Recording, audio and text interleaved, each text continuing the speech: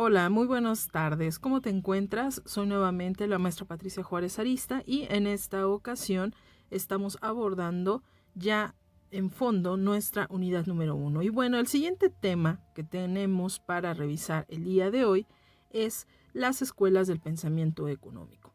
Definitivamente lo que acontece en cuanto a políticas, lo que sucede en cuanto a muchas, pues sí, podríamos decirlo, cuestiones ideológicas, tiene que ver con estas escuelas de pensamiento económico, que aunque no lo creas, tienen mucha influencia en lo que hoy en día estamos viviendo. Comenzaremos contextualizando un poco cuáles son las principales escuelas del pensamiento económico. Tenemos la escuela mercantilista, la escuela fisiocrática, clásica, la escuela marxista, la escuela neoclásica, la escuela keynesiana, la escuela de Chicago.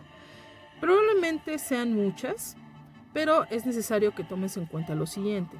En primera, no podemos decir que hay una fase para cada una de las escuelas de pensamiento económico. Con esto me refiero a que no podemos decir que termina la escuela mercantilista e inmediatamente empieza la escuela clásica y después de la escuela clásica empieza la escuela marxista. No es así. Realmente los límites históricos entre cada una de las escuelas llegan a compaginar y llegan a coincidir. Por lo tanto, no es una cuestión de sucesión en cada una de las escuelas. Pero sí es importante revisarlas porque, como te comentaba, tienen elementos ideológicos bastante importantes que refuerzan la forma en la cual se concibe la economía en nuestros días. Vamos a comenzar precisamente por la escuela mercantilista. La escuela mercantilista tiene como principal, tiene varios representantes, pero básicamente tiene dos importantes representantes, que es William Petty y Thomas More. A lo largo de esta presentación te estaré mostrando ciertas pinturas del Renacimiento porque son las que retratan mejor la forma de vida de la época. Y es que cuando hablamos de mercantilismo nos estamos refiriendo a un horizonte histórico que abarca los siglos XVI, XVII y también XVIII. En el siglo XVII, básicamente hay dos formas de producción, hay una rivalidad entre dos formas de producción, entre la producción capitalista comercial y la capitalista industrial. La etapa, por ejemplo, renacentista, es la que ve nacer a todos estos comerciantes, y esto lo puedes notar en la primera pintura, que se encuentran ahí contabilizando dinero. Son personas que tienen en cierta forma una posición política, son personas que incluso se forman en escuelas de comercio. Entonces el comercio en Europa comienza a ser bastante recurrente. Por lo tanto, la figura del comerciante toma una importante relevancia. Y no nada más dentro de una misma región, sino también en el exterior. Tiene una posición social bastante renombrada en algunos casos.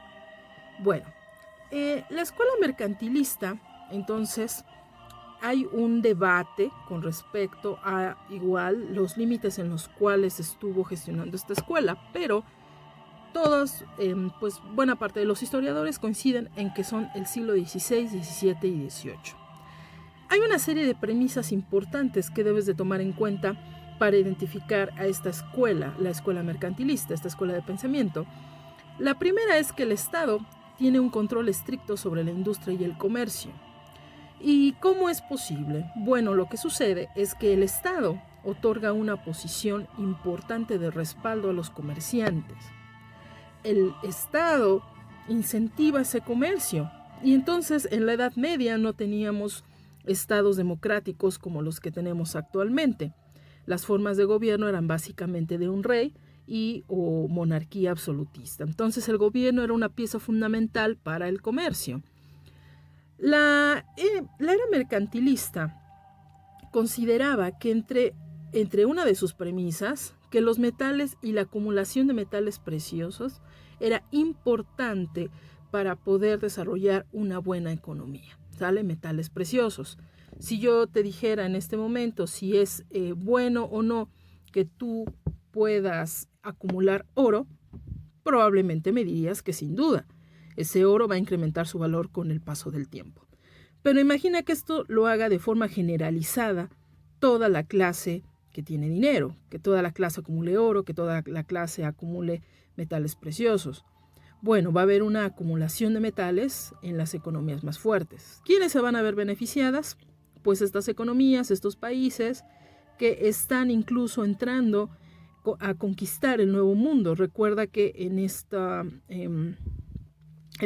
descubrimiento de América es muy importante porque otorga infinidad de metales preciosos a Europa, ¿no? La explicación de la historia de América Latina no podría ser abordada si no se toma en cuenta el saqueo de metales preciosos. Y todos estos metales preciosos pues fueron a parar a estos grandes países, ¿no? Con poder, que comenzaron a tener posesión de estos metales preciosos. Por otra parte, un poco la política exterior, es decir, cómo te relaciones con el otro país. Bueno, en este tiempo es básicamente comprando lo más barato posible, pero tratas de vender lo más caro que se pueda. Parece un poco difícil en la época, sin embargo, esta es un principio importante de el comercio exterior en los países. Imagínate en la era medieval. Aquí podemos ver una pintura en la cual, bueno, se están comprando cosas, ¿no? La figura de los comerciantes en las pinturas del Renacimiento es bastante recurrente. Como te comentaba hace unos momentos, el Estado era muy importante. Básicamente, y bueno, con esto me refiero propiamente al gobierno, a los reyes, a los monarcas, porque ellos se preocupaban de la capacidad tributaria, es decir, recaudar impuestos, ¿no? Y con esto reforzaban mucho su poder. La teoría del mercantilista nos va a dar un concepto muy importante que se utiliza en nuestros días y que es el concepto y la teoría de la balanza comercial.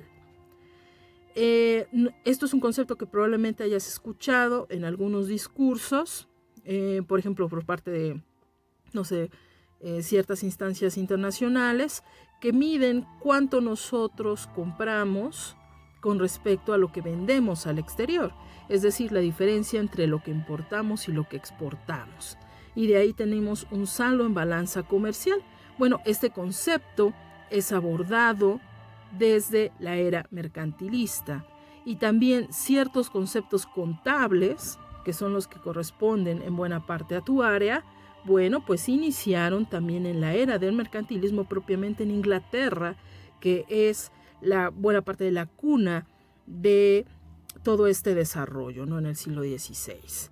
Por lo tanto, la intervención del Estado es importante para los mercantilistas. Esto nunca lo olvides y esto se va a reforzar por medio de ciertos esquemas absolutistas.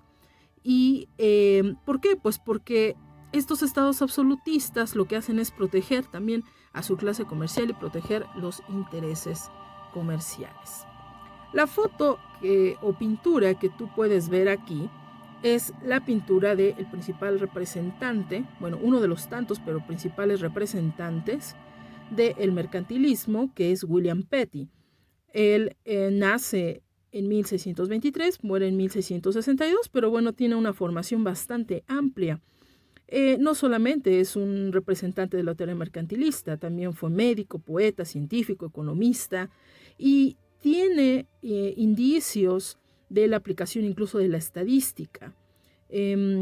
Por lo general, tiene una serie de teorías, pero básicamente él considera que el sistema económico, dice, era un cuerpo que necesitaba ser medido para ser conocido. Y bueno, de ahí estos elementos de la contabilidad. Tú utilizas contabilidad para poder medir, en cierta manera, cómo se encuentra una empresa. Bueno, pues ahora imagínate la contabilidad nacional para ver un país. Entonces, todos estos indicios los encontramos en William Petty y pues históricamente es muy importante.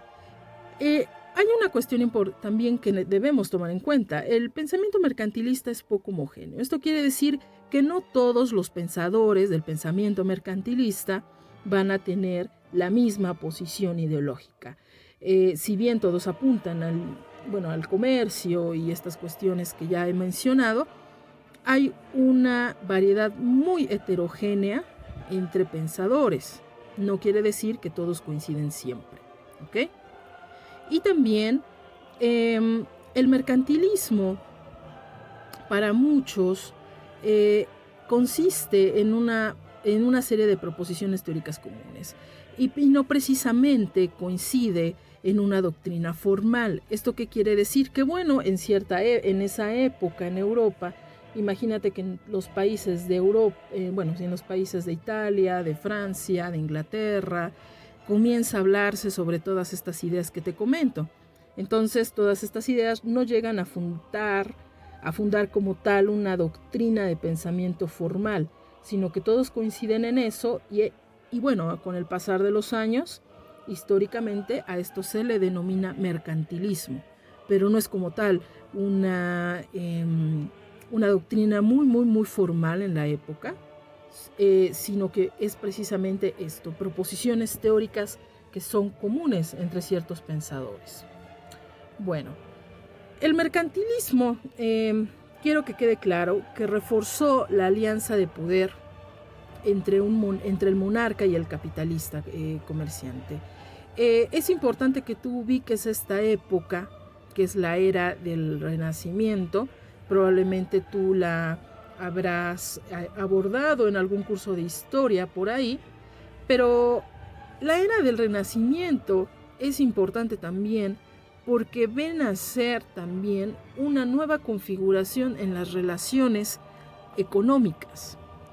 Y esto, esto es importante. Pero para el contexto del mercantilismo se afianza esta relación entre el monarca o el rey y el que es comerciante. Y se considera al poder del Estado como un ente que tiene un gran poder político para asegurar las ganancias a través de su influencia económica. Recordarás en la historia, por ejemplo, la era de las cruzadas, ¿no? Que bueno, tenían como fin también abarcar más territorios para poder comerciar.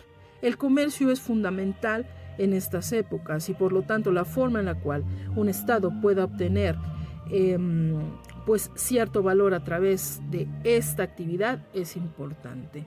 Como puedes ver, básicamente los mercantilistas son importantes por habernos otorgado, para empezar, conceptos importantísimos sobre el comercio internacional, como la balanza de pagos y ciertos principios de contabilidad nacional. Y esto, ya lo estoy abordando aquí en las conclusiones. Segundo, los mercantilistas no solo se basaban en la acumulación de metales preciosos, y es que esto es una... podríamos decir que esta opinión es a veces muy generalizada y muchas veces decimos que el mercantilista solo se dedicaba a acumular metales preciosos, pero esto no es así. Como has visto, el mercantilista también estaba a favor e incentivaba la intervención del Estado para poder favorecer sus actividades comerciales. Y también el pensamiento mercantilista responde a circunstancias de transformación de la época. En esos siglos, imagínate, 300 años en los cuales el mundo se encuentra cambiando. Es la época básicamente de buena parte de la historia de las colonias aquí en América Latina, y nosotros somos los que abastecemos a Europa de materias primas importantes. Entonces comienza a embonar y a echarse a andar una nueva forma, repito, de gestionar relaciones de intercambio. Pero me parece estas son 4 conclusiones importantes que estaremos, con las cuales, estaremos cerrando este tema. Bueno, pues hasta aquí estaríamos dejando la primera, escuela de pensamiento, que es la escuela mercantilista, y nos vemos en nuestro siguiente video. Saludos.